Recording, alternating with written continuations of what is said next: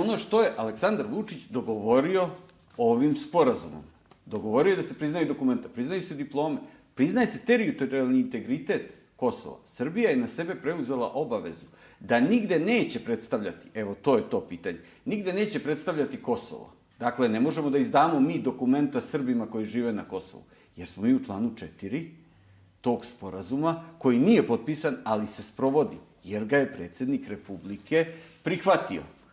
Potpuno van svojih ustavnih ovlašćenja, bez odluke Skupštine, bez odluke naroda koji je nosilac suverenosti. Dakle, Aleksandar Vučić prihvatio je da mi nećemo predstavljati Kosovo i da se nećemo protiviti članstvu Kosova u međunarodnim institucijama.